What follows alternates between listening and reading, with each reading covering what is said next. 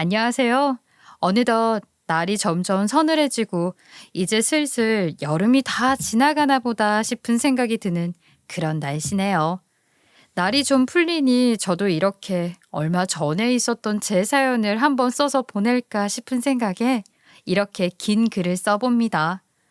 전 세계의 그 어느 나라에나 고부 갈등은 다 있다는 생각을 하고 있는데요.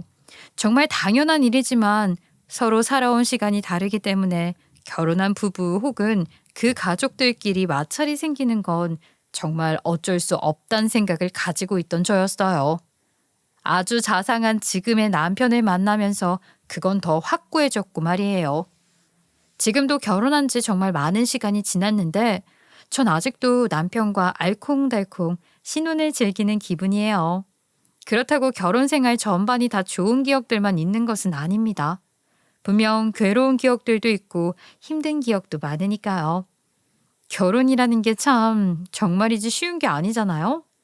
앞서 말했듯 평생을 서로가 다른 환경에서 다른 생각을 가진 부모 밑에서 다른 관심사를 가지고 공부를 하면서 자라왔으니 말이에요.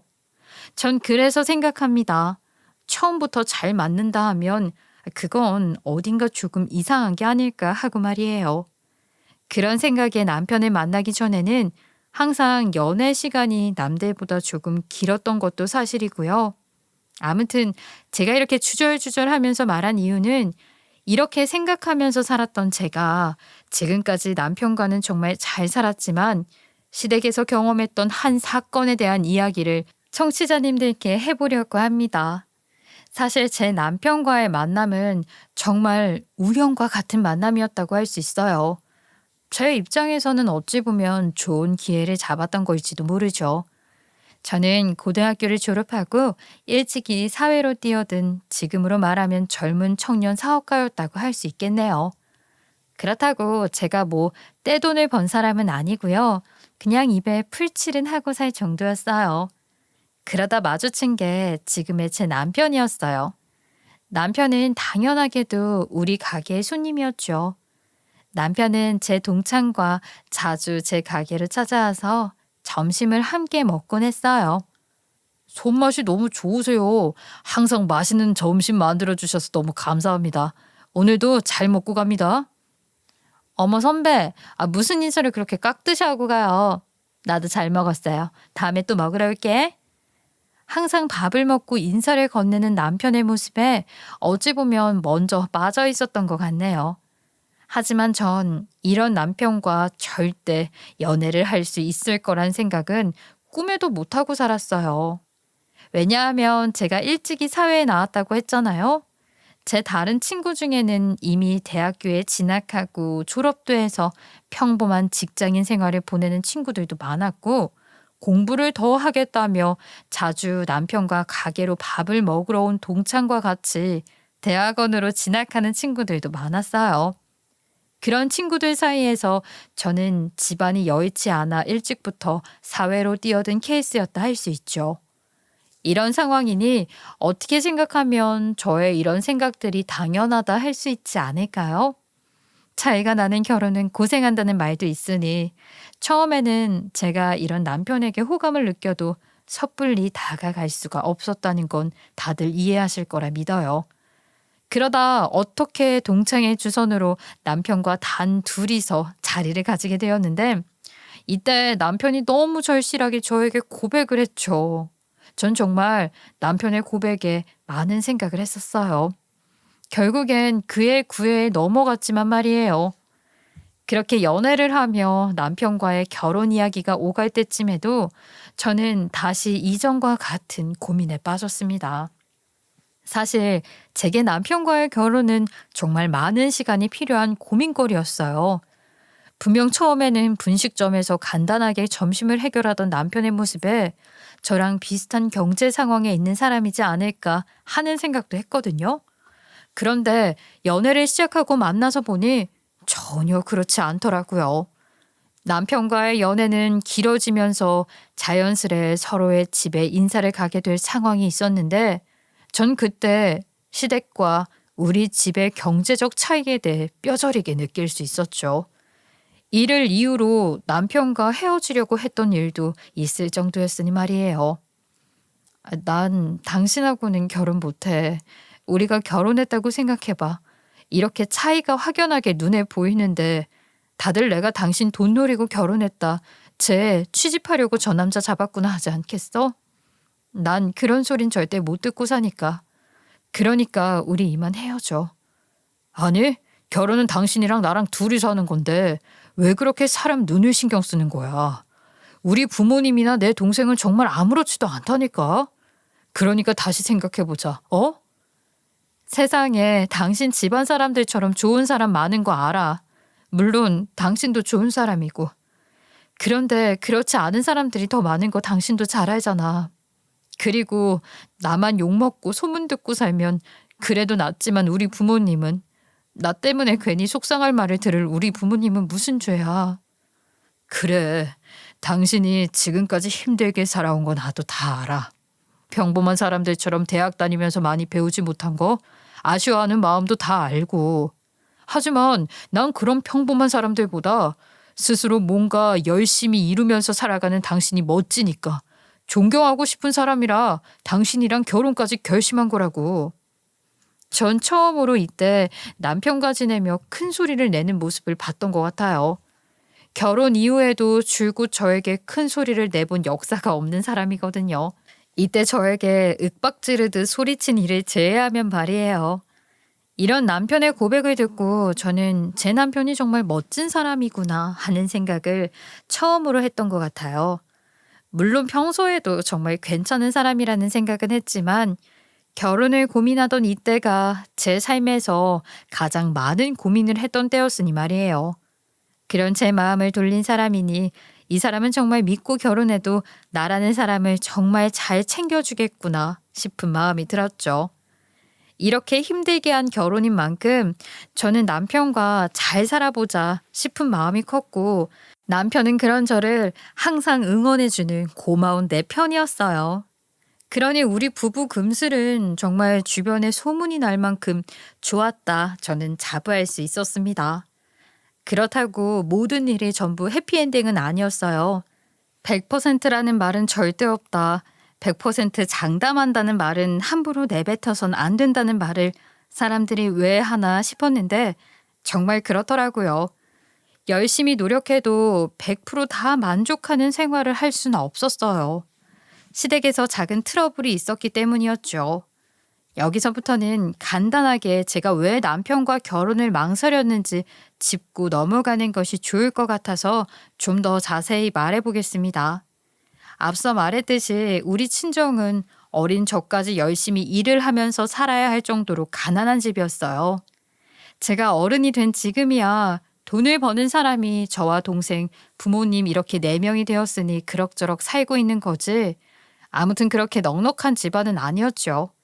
그런데 여기서 문제가 시댁이 잘나도 너무 잘난 집안이라는 거예요. 왜냐하면 시댁은 우리 친정과는 달리 굉장히 고학력을 가진 사람들이었고 그에 준하듯 굉장히 부유한 집안이었어요. 대대로 물려받은 재산도 제법 되었고 말이에요. 남편과 연애할 무렵에는 남편 역시도 박사과정을 밟던 사람이었고 지금은 어엿한 박사로서 한 회사의 연구원으로 열심히 일하고 있는 사람이에요. 처음 남편의 연봉을 들었을 때는 약간 회의감이 들 정도였는데 작은 가게를 하던 제 가게 순수익보다 남편이 버는 돈이 훨씬 많았거든요. 난 이렇게 열심히 해도 저 사람보다 더 나은 사람이 될 수 없다는 현실이 참 비참하기도 했죠. 하지만 이런 제 기분을 알아준 남편이 정말 저를 위한 노력을 많이 해주었어요. 당신 요즘 왜 그리 힘이 없어? 힘 좀 내봐. 그냥 당신 연봉 듣고 난 이후로는 내가 뭐하러 이렇게 열심히 일하나 싶은 생각도 들고 이게 다 그놈의 대학의 문제인가 싶기도 하고. 아이, 그걸 그렇게 고민하고 있었어? 당신이란 여자 정말 매력적인 거 알아? 갓 20살 된 사람이 그렇게 열심히 노력해서 자기 사업하는 거 정말 쉬운 일 아니야.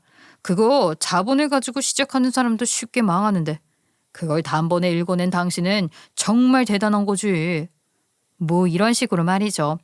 정말 많은 위로가 되어준 사람입니다. 아무튼 이런 남편에게는 남동생이 한 명 있었는데 저와 남편이 결혼한 뒤 얼마 지나지 않아서 남편의 남동생도 결혼을 하게 되었죠. 저한테 동서되는 서방님의 아내란 이 사람마저 이 집안과 어울리는 직업을 가지고 있었어요. 고학력의 동서는 이상하게도 항상 저와 자신을 비교하는 말을 많이 했는데 전 그게 너무 이상했습니다. 아니 왜 나랑 본인을 비교하는지 전혀 감을 잡지 못했죠. 형님, 이번에 우리 약국 얼마나 장사가 잘 됐는지 알아요? 역시 약을 만드는 사람이 유능하니까 사람들이 많이 찾아오는 거 아니겠어요? 그에 반해 형님은 이번에도 역시 겨우 적자 면하셨어요?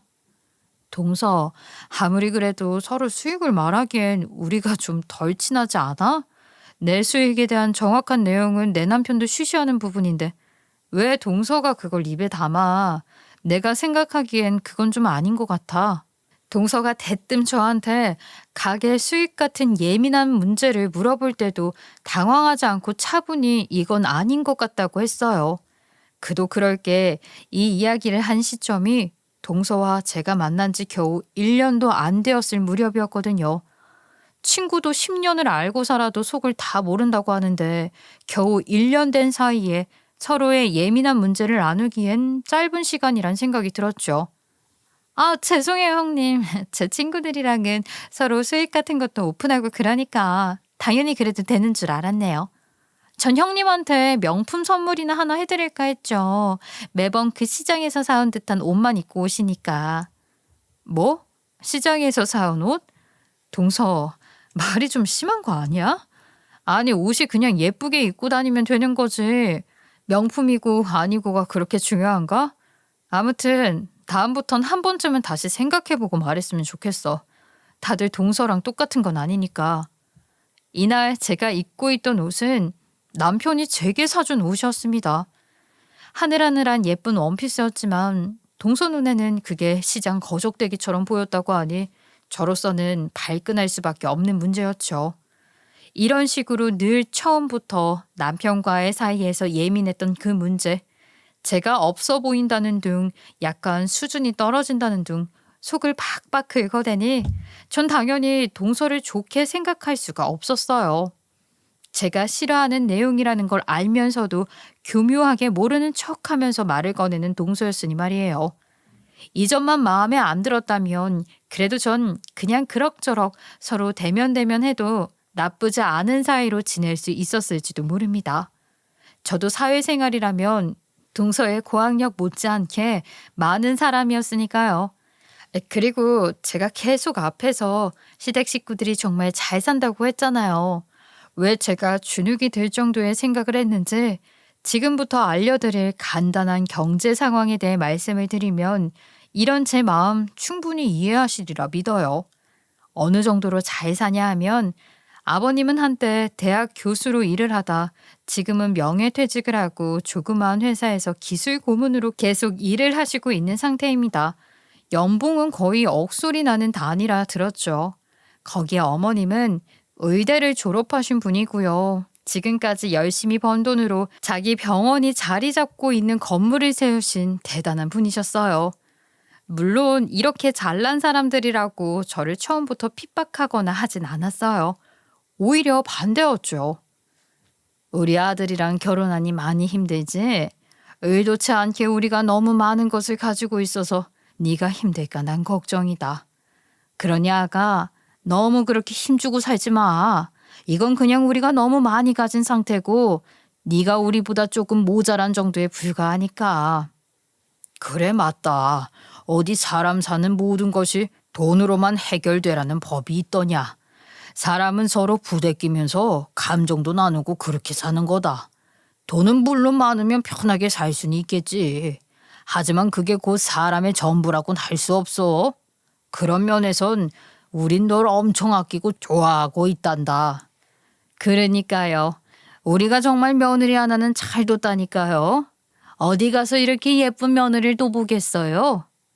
전 이렇게 대단한 사람들이 저라는 사람을 항상 좋게 봐주고 좋은 며느리라 칭찬도 해주고 또 늘 절 존중해주는 태도를 보여주셔서 너무나 고맙고 감사한 마음뿐이었죠.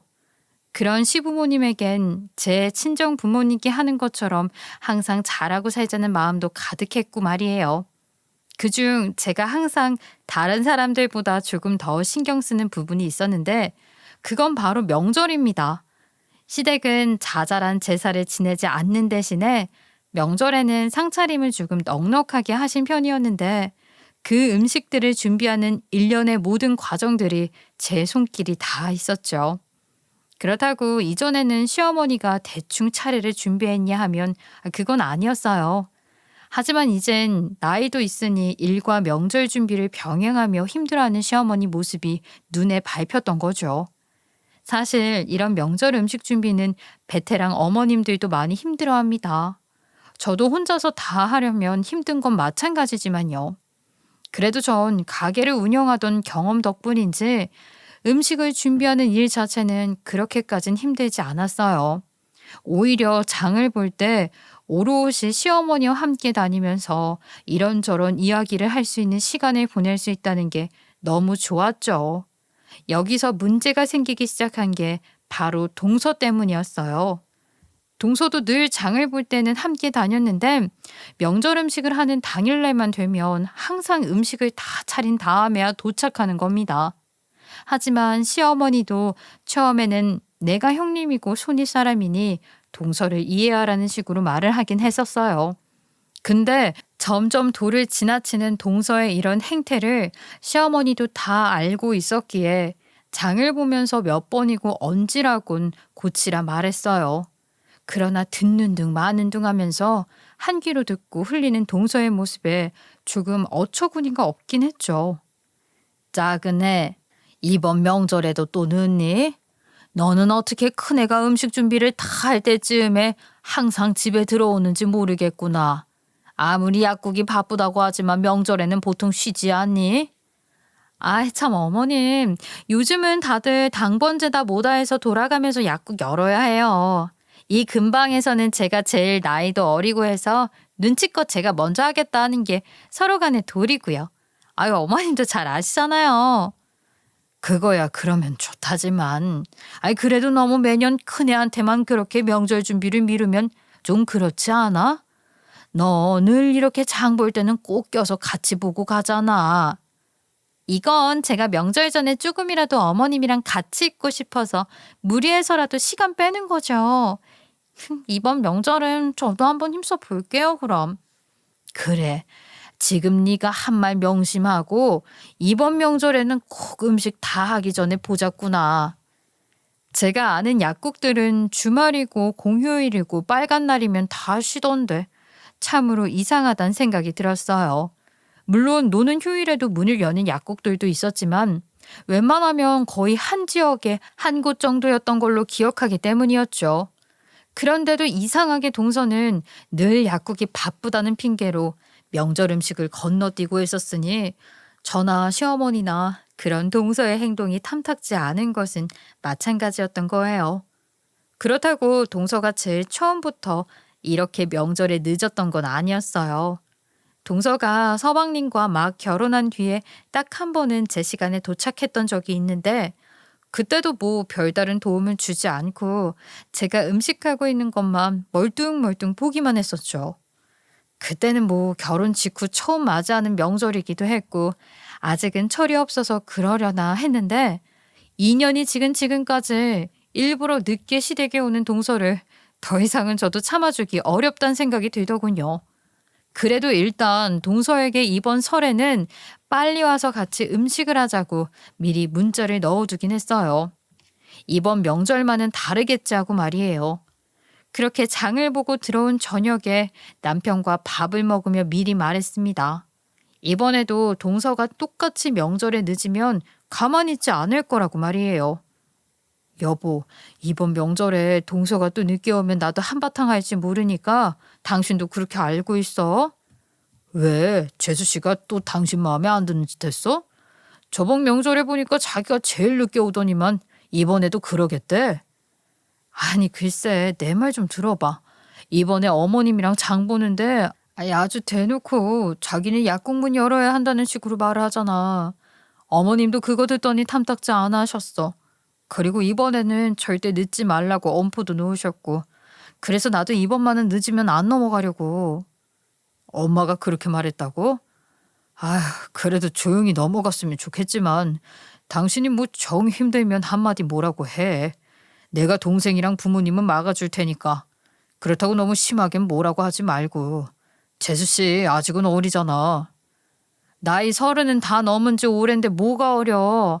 아유, 당신처럼 얌전한 사람이랑 내가 어떻게 눈 맞아서 이렇게 잘 살고 있는지 모르겠다 내가. 늘 선비 같은 마인드의 남편이 이럴 때는 답답하기도 했지만 남편 역시도 지금까지의 동서의 행동이 마음에 썩 들지 않았는지 뭐라고 하겠단 저를 말린단 소린 하지 않더군요. 평소에 동서의 행실이 어느 정도인지 이 정도면 상상이 가실 거라 믿습니다. 정말로 집안의 밉상 딱 그 꼴이었죠. 그렇게 다가오는 설을 기다리는데 역시나 동서는 이번에도 음식이 다 되기 전에 오지 않더군요. 늦는다는 문자나 연락 한 번 없었고요. 이쯤 되니 아직 신혼부부라서 알콩달콩하느라 늦겠지라며 마음을 달랬던 과거의 제가 참 우습게 느껴졌습니다. 그래서 이번만큼은 참을 수 없다 싶어 음식을 하면서도 전화로 잔소리를 하기 시작했죠. 동서, 오늘은 일찍 온다고 하지 않았어? 지금 몇 시인데 아직도 안 와. 빨리 세수만 하고 여기로 뛰어와. 여보세요 하는 목소리는 아직 잠이 덜 깬 분위기가 역력하더군요. 지금 시간이 몇 시인데 아직도 안 일어났나 싶은 마음에 절대로 좋은 소리가 나오진 않았습니다. 아, 누가 아침 대바람부터 전화를 해요. 형님은 잠도 없어요? 지금 시계 10시밖에 안 됐어요. 그런데 무슨 음식을 한다고? 아, 그냥 제가 저녁에 갈 테니까 저녁에 시작해요. 뭐? 누가 명절 음식을 다 늦은 저녁에 해. 아무튼 난 이번엔 경고했어. 지금 당장 안 오면 나도 이젠 어떻게 할지 모르니까 동서 알아서 해. 네. 형님이 음식은 저보다 더 잘하시니까 알아서 해주세요. 전 오늘도 일하고 가면 늦으니까 그렇게 하시고요. 동선 어머님 말씀이 말 같지도 않아? 이번에는 와서 음식하는 거 도우랬잖아. 그놈의 약국문 연다는 소리 하지 말고. 어머머, 형님, 저도 돈 벌어먹고 살아야 하는 자영업자입니다. 오늘 일을 안 하면 그만큼 제 벌이가 줄어드는 일인데. 거기 가면 돈이 나와요. 뭐가 나와요. 아무튼 저 출근해요. 그런데 조금 이상한 게 말이에요. 보통 약국은 10시면 문을 열고도 남지 않나? 라는 생각과 함께 지금까지 잠을 자고 있던 동서의 행동에 억눌렸던 화가 다시 올라오기 시작하더군요. 그래도 전 이미 한 말이 있으니 차분히 동서를 기다리려고 남은 음식들을 했지만 끝끝내 동서는 음식이 다 끝날 때까지도 시댁에 도착하지 않았습니다. 큰애야, 작은애는 아직 출발 안 했다니? 아까 전화하는 것 같더니. 그게 말이에요, 어머님. 동서 오늘도 약국문 열겠다고 지금 당장 출근한다고 하더라고요. 이번 음식도 어머님이랑 제가 나눠서 해야 하려나 봐요. 그래? 작은 애가 자기 입으로 직접 약국문을 열겠대? 네, 방금도 오늘 출근하니까 음식은 오늘도 어쩔 수 없나 봐요. 저희끼리 끝까지 마무리 짓죠. 시어머니는 뭔가 골똘히 생각하더니 음식을 하는 저를 도와 마무리 지었습니다. 늦은 저녁이 되어서야 도착해서 인사하는 동서를 보니 지금까지 참았던 화가 확 올라오는 것을 느끼며 저는 저도 모르게 동서의 손목을 잡고 주방으로 끌고 들어가서 큰 소리를 냈죠. 동서, 내가 분명 아침에 전화해서 잠까지 깨워준 것 같은데 지금에서야 도착해? 그리고 그 약국 열어야 한다는 것도 다 거짓말이지? 어떻게 약국문 연다는 사람이 그 시간까지 잘 수 있어? 어머, 왜 화를 내고 그러세요, 형님?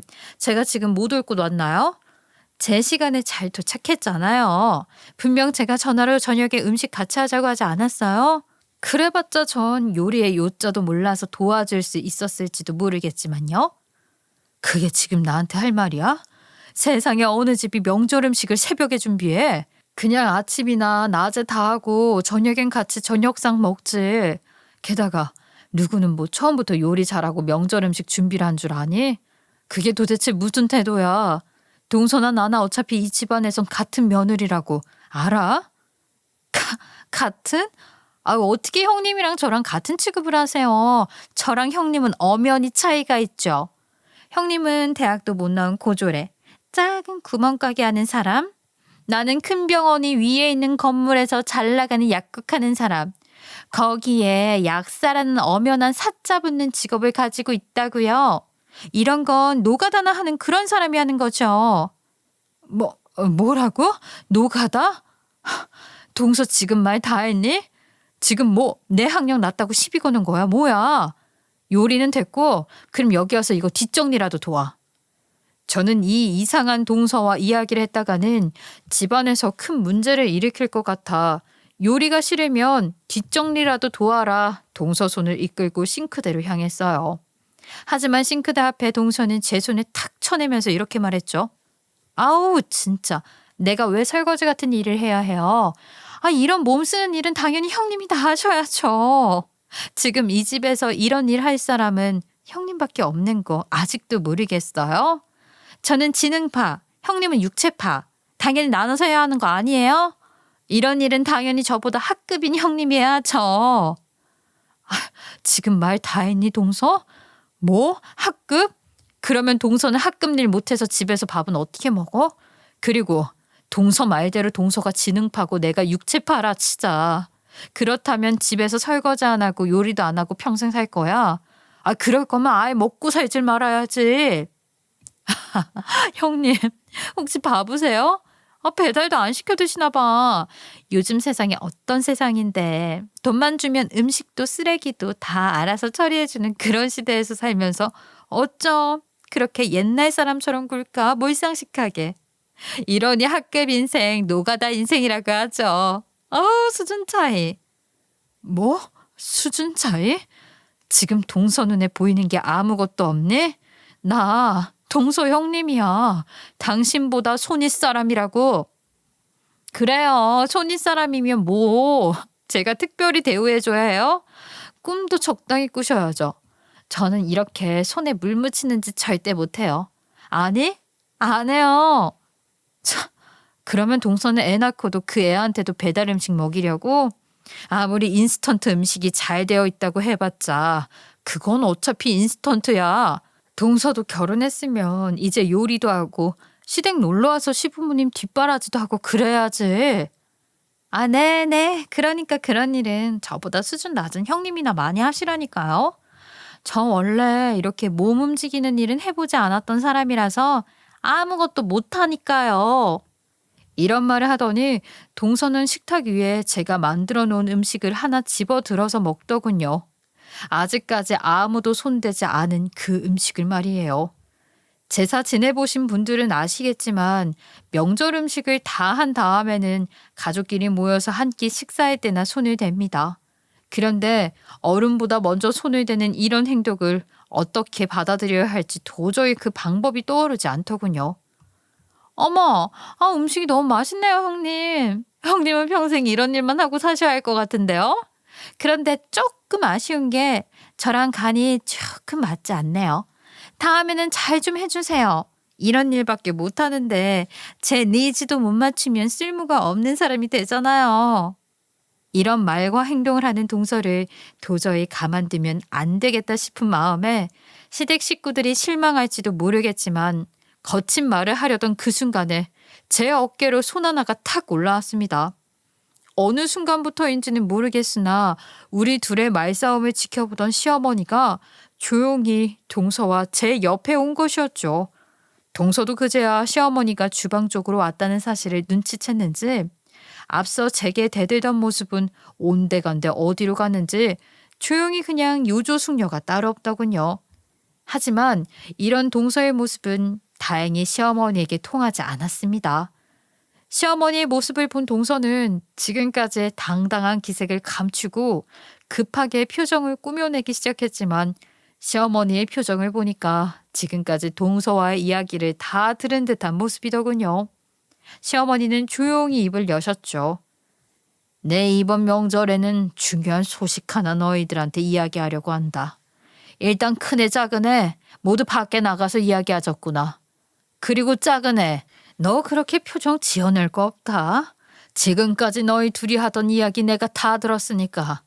내가 분명 손이 사람에겐 그만한 대우를 하라 하지 않았니? 너 내 말이 우스워? 역시나 시어머니는 동서와 제가 하는 대화를 전부 다 듣고 있었던 거예요. 우리 둘은 꿀먹은 벙어리가 되어 시어머니를 따라 조용히 거실로 나갔고 거기서 시어머니의 폭탄 선언을 들을 수 있었죠. 지금부터 내 결정에 반박하거나 말을 얹으면 이제 나도 참지 않을 거니 그렇게들 알고 내가 하는 말 다들 잘 들어줬으면 좋겠다. 내일부터는 내가 큰애한테 우리 건물 관리 좀 맡겨보려고 한다. 예? 이 사람한테요? 이 사람 지금 가게 운영하는 것도 벅찬데 건물 관리까지 하라고 하면은 아내가 많이 힘들 것 같은데요. 역시 저희 집에서 몸 쓰는 일이면 형님만한 사람이 없죠. 어머님 정말 탁월한 결정이세요. 남편은 건물 관리와 가게 일 둘의 힘들어할 저를 걱정한 마음에 말한 거였고 동서는 역시 몸으로 하는 일은 큰 며느리인 내가 다 해야 한다는 시어머니의 말에 환호성을 내질렀죠. 저는 시어머니의 결정이니만큼 다 이유가 있을 거라 생각하고 그저 묵묵히 시어머니의 다음 말을 기다리고 있었습니다. 하지만 반대로 입을 연 사람은 바로 제 남편이었어요. 그 조용하던 사람이 동서의 말에 단단히 화가 난 모양이더군요. 그래서 그런지 남편은 평소와 다르게 조금 흥분한 모습으로 동서에게 말했습니다. 눈앞에서 지켜보는 시어머니가 있건 말건 말이죠. 재수 씨, 지금 말 다 했어요? 왜 내 아내가 몸을 쓰는 일을 다 해야 한다는 식으로 말씀하시는 거죠? 그러는 재수 씨는 뭐가 그리 잘났기에 그 손에 물 한 방울 묻히기 싫다고 이렇게 매번 명절마다 늦는 거예요? 사람이 경우를 몰라도 한참 모르는 것 같아서 말합니다. 그 부끄러운 줄 아세요? 어머나, 아주버님, 말씀이 너무 심하신 거 아니에요? 솔직하게 말해서 여기서 가방끈이 제일 짧은 사람은 형님 아닌가요? 그리고 저 집에서 요리 같은 일은 한 번도 해본 적이 없고요. 몸으로 하는 일은 사람을 시켰으면 시켰지 제가 한 적은 정말 한 번도 없는 사람입니다. 지금 재수 씨 우리 집으로 시집 온 사람입니다. 이제 시집살이 하면서 우리 집안 문화에 적응해야 할 그런 입장이라고요. 그리고 더 배웠다는 사람이 왜 그렇게 행동합니까 대체? 정말 부끄러움이라고는 없는 사람이네요. 생각이 있는 건지 없는 건지. 형, 그건 너무 말이 심한 거 아니야? 그래도 내 아내고 이제 이 집안의 한 일원이야. 그럼 서로 이해도 하고 만약 이게 힘들면 그냥 조용히 말로 해결해야지. 그걸 화내고 있어? 너도 조용히 해. 너나 재수 씨나 잘한 거 하나도 없으니까. 시어머니는 자기 눈앞에서 이렇게 아들들, 식구들이 언성을 높이는 모습을 가만히 지켜보다가 조용히 입을 열었습니다. 그러니까 하는 말이다. 첫째, 넌 네 아내를 언제까지 그렇게 힘든 방법으로 돈 벌게 만들 거냐? 그네는 내일이라도 당장 나 따라서 명의 이전하러 가자. 이제부터 네가 관리할 네 건물이니까 네가 알아서 해봐야지. 힘들면 언제든지 이야기하고. 그리고 이어진 시어머니의 말에 모두가 경악을 금치 못했어요. 여기 모두 들어라. 너희들이 보기엔 내가 처음부터 부자였고 잘 산 사람처럼 느껴졌겠지. 그런데 다 틀렸어. 나는 지금의 큰 며느리처럼 찢어지게 가난한 시절부터 시작했다. 여보, 그걸 정말 그 이야기를 여기서 다 하려고 그래? 지금까지 애들한테 이야기하기 부끄럽다며 숨길 땐 언제고? 그럼 당신은 작은 애가 하는 말 듣고도 가만히 있고 싶던가요? 작은 애는 들어라. 네가 말한 그 노가다 학급 인생, 그 인생은 나도 걸어왔던 길이다. 내가 어디 첫 단추부터 의사였고 부자였는지 아니? 천만의 만만의 말씀이야. 시어머니는 어딘가 단단히 화가 난 사람 같았죠. 그러면서 동서를 손가락으로 가리키며 말을 하기 시작했는데 그 살벌한 분위기에 동서는 아무 말도 못하고 가만히 시어머니의 말이 끝나기만을 기다리고 있는 사람이었어요. 나는 내 자식들한테 내 가난을 물려주기 싫었어. 당시 학교에서 대학원생으로 있던 네 아버지와 만날 때도 낮에는 학교로 바쁘고 밤에는 일하느라 바빠서 제대로 데이트 한번 못할 지경이었지. 그렇게 노력해서 최대한 빠르게 성공하겠다 생각하고 지금까지 버티고 버텨왔던 거야 난. 그래, 네 엄마 말이 맞다.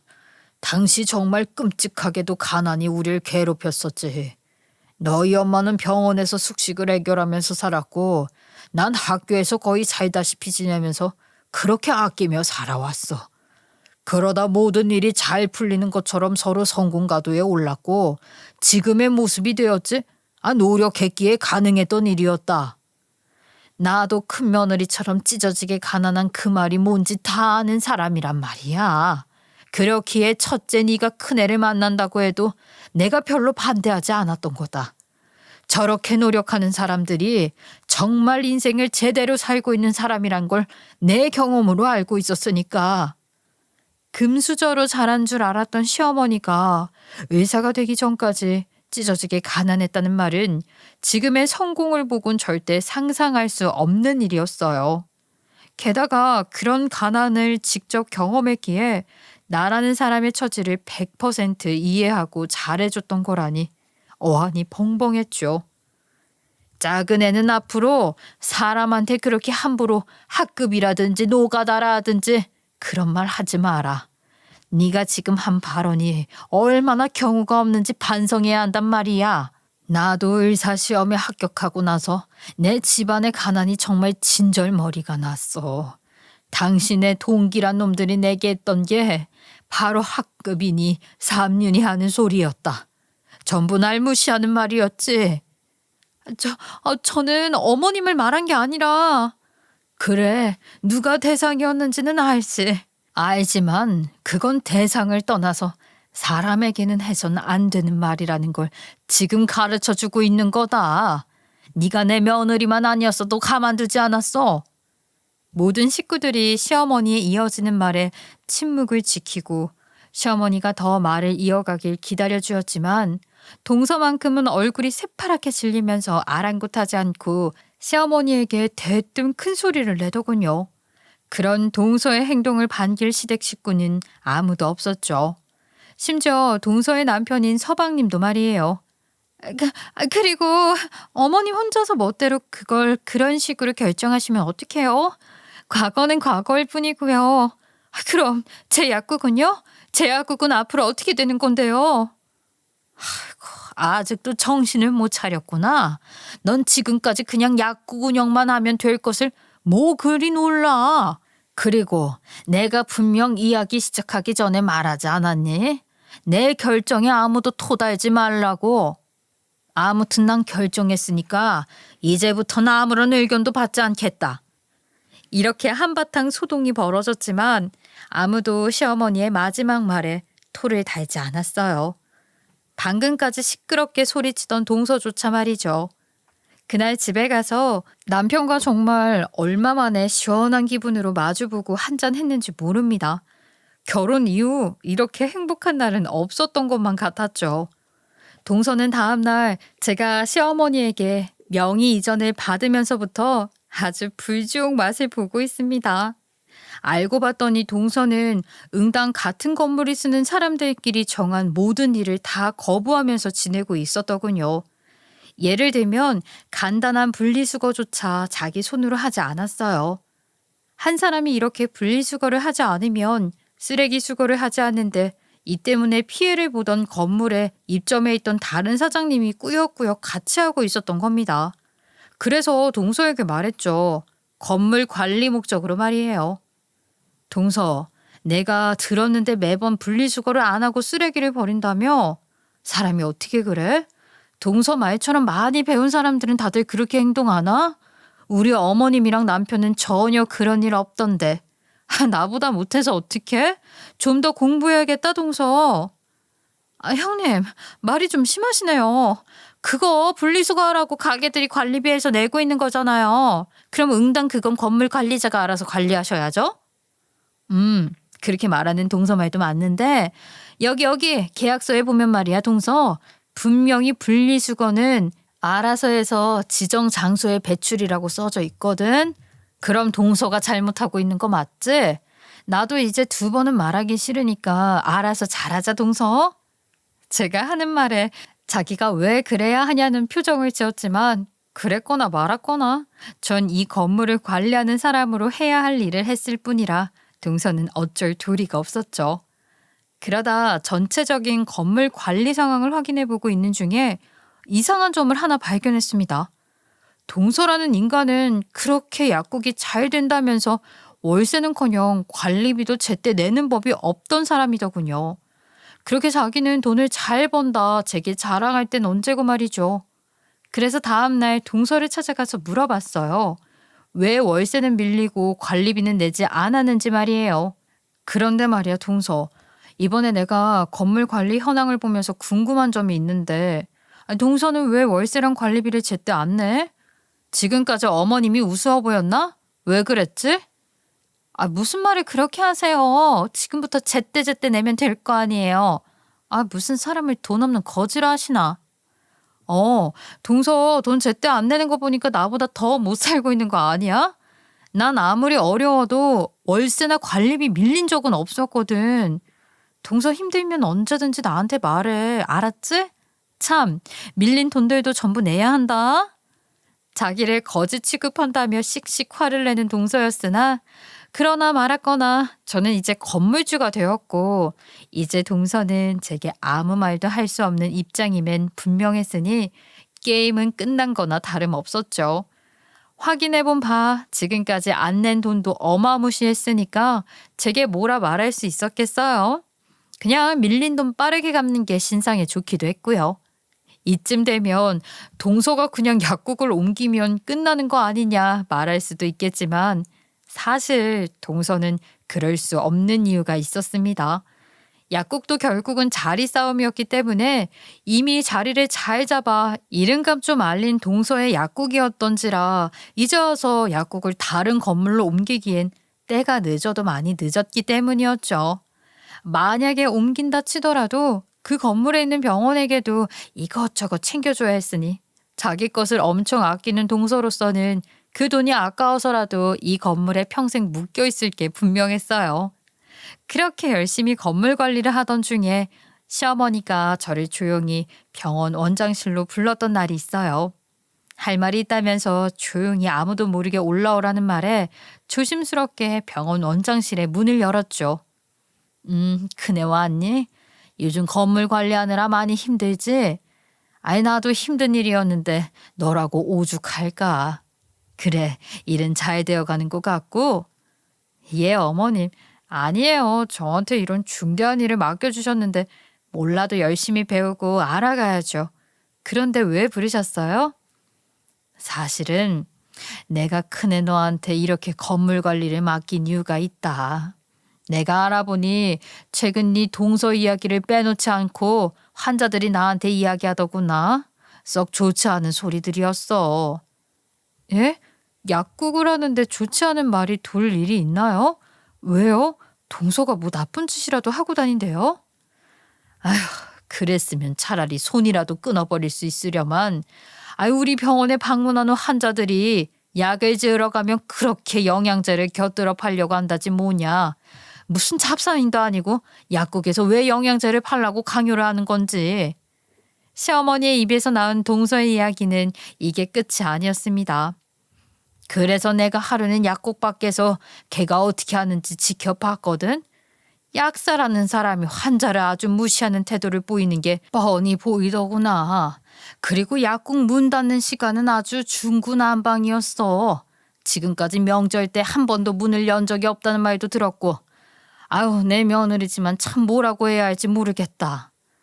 시어머니는 저를 원장실에 불러놓고 지금까지 있었던 일을 이야기하며 동서라는 사람을 며느리로 들인 것이 후회되는 듯한 모습을 보이더군요.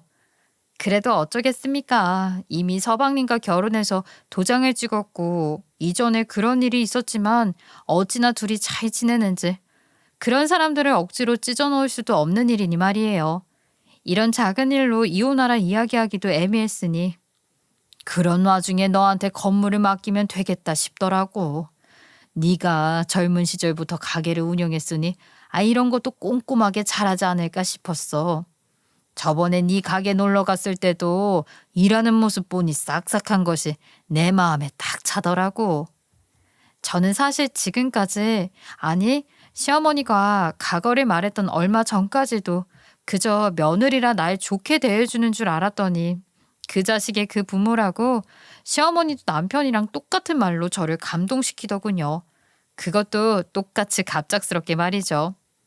아무튼 전 이날 시어머니와의 대화를 통해서 이 사람이 정말 좋은 사람이고 나를 많이 생각해주는 사람임을 다시 한번 알 수 있었습니다.